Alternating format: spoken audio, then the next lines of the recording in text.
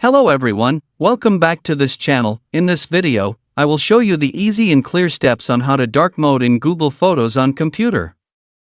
So how to dark mode in Google Photos on computer. Make sure you keep watching this video until the end. Let's get started right away. Firstly, just go to Google Photos on your computer or laptop. This is the Google Photos display. Firstly, move the cursor to the top right of the screen. There are lots of menu options here. Next, tap the Settings menu.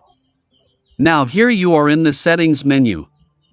And here there are lots of setting options that you can use. Tap the Appearance menu. Now 3 options will appear. Tap Dark to change to dark mode.